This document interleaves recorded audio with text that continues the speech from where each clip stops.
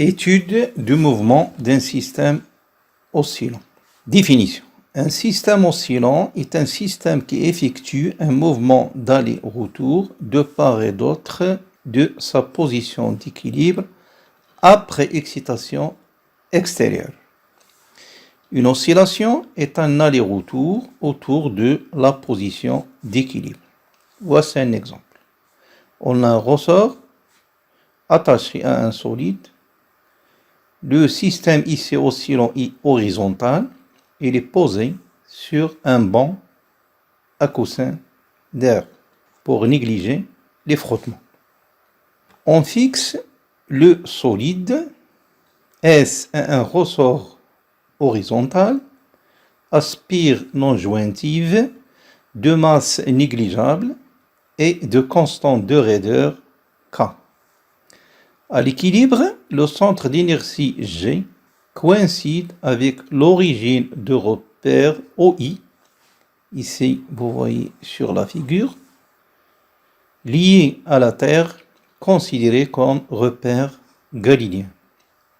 On écarte, voici l'excitation extérieure du système oscillant, on écarte le solide S de sa position d'équilibre et on le libère sans vitesse initiale à l'instant T0 égale à 0. Pour les données, tous les frottements sont négligeables. On va commencer par la première étude qui est appelée l'étude dynamique. On applique la deuxième loi de Newton sur l'eau solide. On a trois forces. P plus R plus F égale M A, c'est-à-dire l'accélération de centre d'inertie G du solide. Vous voyez sur le schéma que le solide est soumis à trois forces. Deux forces qui sont orthogonales perpendiculaires à l'axe OX. La première, c'est le poids qui est dirigé vers le bas, et R, c'est la réaction du banc à coussin d'air. Et la force F, appliquée par le ressort sur le solide. Lorsque, bien sûr, le ressort est allongé, le sens de F est de droite à gauche, c'est-à-dire il a un sens opposé au repère OI. Pour la projection, bien sûr, la projection de P sera égale à 0. De même pour la projection de R égale à 0 puisqu'ils sont perpendiculaires à l'axe OX.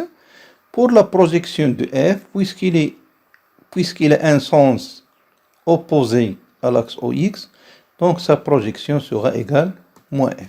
Donc on écrit la projection de P égale à 0, la projection de R égale à 0, la projection de F est égale à moins F égale mx2 points. Ici, qu'est-ce que je veux dire x2 points? C'est la dérivée deuxième du x par rapport au temps, où c'est ax. On remplace dans cette situation où l'oscillateur est horizontal, f par kx, donc moins kx égale mx2 points, mx2 points plus kx égale à 0, x2 points plus k sur mx égale 0. C'est l'équation différentielle vérifiée par x. La solution de cette équation différentielle s'écrit de la façon suivante. X de t égale x maximal de pi sur t0 plus phi0. X maximal, c'est l'amplitude, t0, c'est la période, phi0, c'est la phase à l'origine des dates. Pour la dérivée première, c'est-à-dire d du x sur d de t, notez x point égale.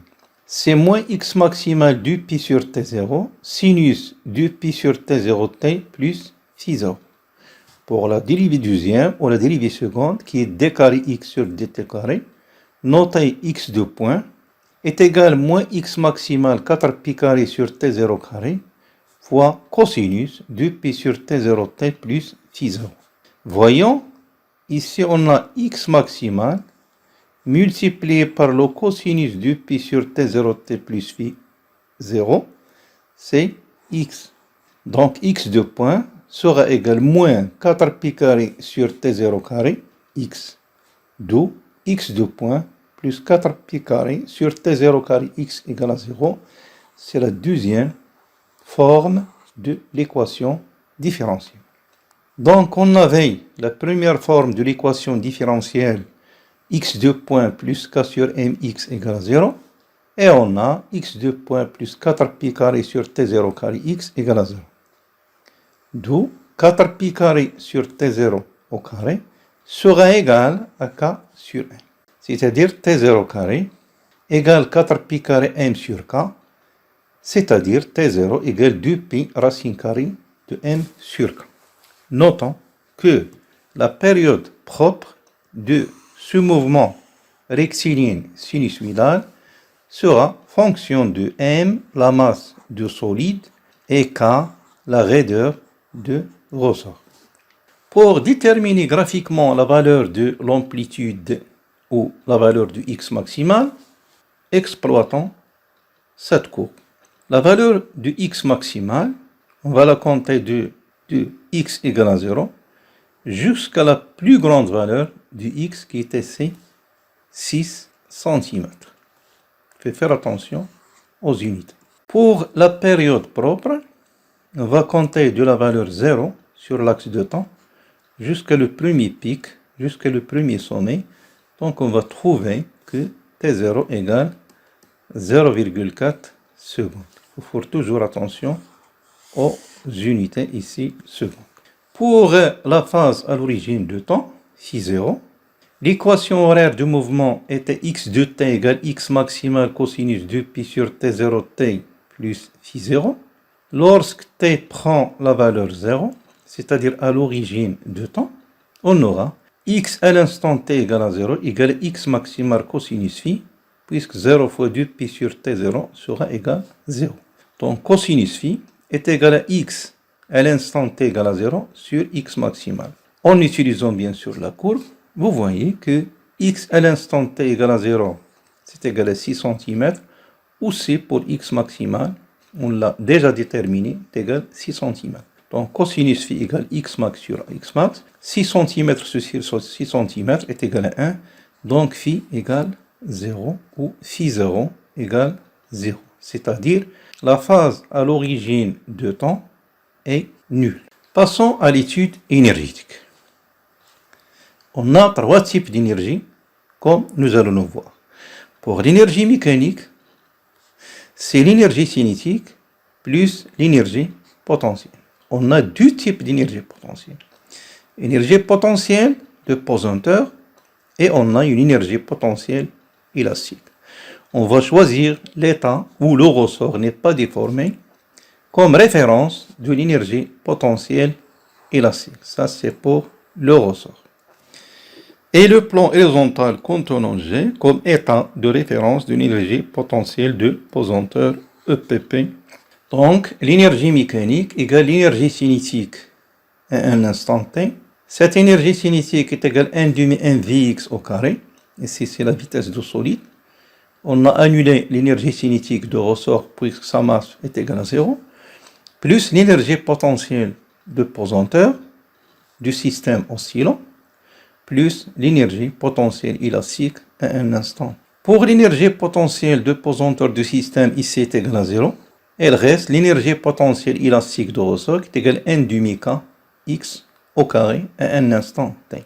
Donc on obtient seulement deux expressions de l'énergie qui vont constituer l'expression de l'énergie mécanique. Donc, l'énergie mécanique égale l'énergie cinétique plus l'énergie potentielle élastique.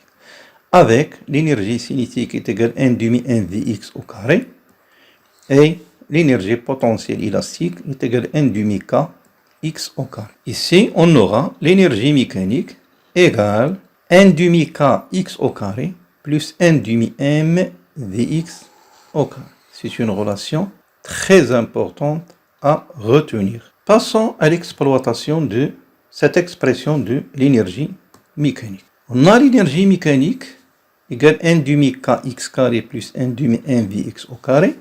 Et d'après les données, tous les frottements sont négligeables, c'est-à-dire que l'énergie mécanique du système oscillant est constante. Puisque les frottements sont nuls, on n'aura pas de perte ou de dissipation d'énergie lors de mouvements rectilignes sinusoïdale du système oscillant constitué par le solide S et le ressort en position horizontale. Puisque l'énergie mécanique égale une constante, donc sa dérivée sera égale à 0. Donc on va dériver l'expression de l'énergie mécanique. La dérivée de l'énergie mécanique par rapport au temps est égale à la dérivée par rapport au temps de l'énergie potentielle élastique qui est égale à 1 demi kx carré, plus la dérivée par rapport au temps de l'énergie cinétique qui est égale à 1 demi 1 Vx au carré. Tout cela égale à 0 parce que l'énergie mécanique, on a déjà dit qu'elle est constante. On obtient, en appliquant les règles de dérivation établies en mathématiques, la dérivée sur dt de 1 demi kx au carré, c'est 1 demi k, la dérivée par rapport à dt de x au carré, plus 1 demi 1 dérivé par rapport au temps de Vx au carré, le tout égal à 0. On obtient 1 demi k 2x dx sur dt, parce que x est une fonction de temps, plus 1 demi m de Vx d Vx sur dt est égal à 0. V dx dépend du temps aussi. Ce sont des fonctions horaires. Et on va simplifier par 2 et 2. On obtient kx dx sur dt. Ici, dx sur dt, je peux la remplacer par v de x. Je simplifie aussi par 2 et j'obtiens 1 Vx. d Vx sur dt, c'est le ax. Donc, kx Vx plus 1 Vx ax égale à 0. Je factorise par Vx, qui est dx sur dt. On obtient kx plus 1 t carré x sur dt carré, qui donne automatiquement x2 point plus k sur nx égale à 0. Ça, c'est l'équation différentielle de ce mouvement rectiligne sinusoïdal. Pour les diagrammes d'énergie, en général, on a 3 types de diagrammes d'énergie. On a un diagramme d'énergie fonction de temps, comme vous voyez ici. Donc, on a le premier diagramme qui représente les énergies fonction de temps. On a 3 types d'énergie. On a l'énergie qui est constante numéro 3, c'est l'énergie mécanique. Il se conserve, puisque les frottements sont négligeables. À l'instant t égale à 0, on avait la vitesse égale à 0, donc l'énergie cinétique est égale à 0. Donc l'énergie cinétique à l'instant t égale à 0 est nulle. Donc c'est la courbe numéro 2. Ça c'est pour l'énergie cinétique. À l'instant t égale à 0, x était maximal, donc l'énergie potentielle élastique sera maximale à l'instant t égale à 0. C'est pourquoi la courbe numéro 1, c'est la courbe de l'énergie potentielle élastique. Vous voyez que lorsque l'énergie potentielle élastique diminue, l'énergie cinétique augmente et vice-versa. Par contre, l'énergie mécanique reste constante. Pour le deuxième diagramme, on a l'énergie fonction de x, c'est pas de temps. Ici, l'allure de cette courbe, elle est constante, donc c'est la courbe de l'énergie mécanique comme elle est notée, puisque les frottements sont nuls. Et on a deux courbes, l'une en bleu et l'autre en rouge. On a dit qu'à l'instant t égale à 0, la vitesse était nulle, c'est-à-dire lorsque x égale x maximal. Donc la courbe bleue, c'est la courbe qui va représenter l'énergie cinétique, qui sera nulle pour x égale x maximal. Pour x égale x maximal, l'énergie potentielle que j'ai déjà dit, elle est maximale. Donc la courbe rouge, c'est pour l'énergie potentielle élastique. Vous voyez aussi que lorsque l'énergie cinétique en bleu diminue, l'énergie potentielle en rouge augmente. Par contre, l'énergie mécanique reste constante. Vous voyez que lorsque l'énergie cinétique en bleu diminue jusqu'à la valeur 0, pour x égale x maximal, l'énergie potentielle augmente jusqu'à sa valeur maximale pour x égale à x maximal. Par contre, l'énergie mécanique reste constante. Pour le troisième graphe, ou le troisième diagramme, on a toujours les trois énergies. Ici, c'est le diagramme de l'énergie potentielle élastique, c'est la courbe numéro 1. Pour la courbe en bleu, c'est pour l'énergie cinétique. Et l'énergie qui reste toujours constante, c'est l'énergie mécanique. Faites attention que ce diagramme représente l'énergie fonction de quoi? Fonction du x au carré et pas du x au 2 temps. Récapitulons. Que l'énergie mécanique reste constante, puisque les frottements sont négligeables, donc l'énergie mécanique elle est conservative. Lorsque l'énergie potentielle arrive à sa valeur maximale, l'énergie cinétique arrive à sa valeur minimale. C'est-à-dire, je peux écrire que l'énergie mécanique, comme j'ai déjà dit, est égale à l'énergie potentielle élastique plus l'énergie cinétique. Lorsque l'énergie potentielle élastique arrive à sa valeur minimale 0, l'énergie cinétique arrive à sa valeur maximale. Donc je peux écrire que l'énergie mécanique égale à l'énergie cinétique maximale Dans le cas contraire, lorsque l'énergie potentielle élastique augmente, il arrive à sa valeur maximale. Ici, l'énergie cinétique diminue jusqu'à la valeur 0. Donc, je peux écrire que l'énergie mécanique est aussi peut être égale à l'énergie potentielle élastique maximale. Comme l'énergie mécanique se conserve, donc on peut écrire que l'énergie cinétique maximale sera égale à l'énergie potentielle maximale. Passons au travail de la force F exercée par le ressort sur l'eau solide. Lorsque l'eau solide se déplace d'un point A à un point B, ce point-là a pour abscisse XA, pour le point B a pour abscisse XB. Donc ici, on aura une énergie potentielle élastique au point A, une autre énergie potentielle élastique au point B qui sont différents. Pour le travail de cette force, F, de A à B, est toujours égal à moins delta EP élastique. Il faut faire attention au signe moins. C'est-à-dire égal l'énergie potentielle au point B moins l'énergie potentielle élastique au point A. Je remplace.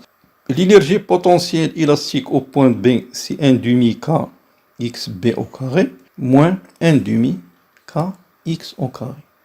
Donc je peux écrire que le W, le travail de la force de rappel exercée par le ressort sur le solide, sera égal à 1 demi K, je factorise par K, et j'inverse l'ordre, sera XA au carré, moins XB au carré.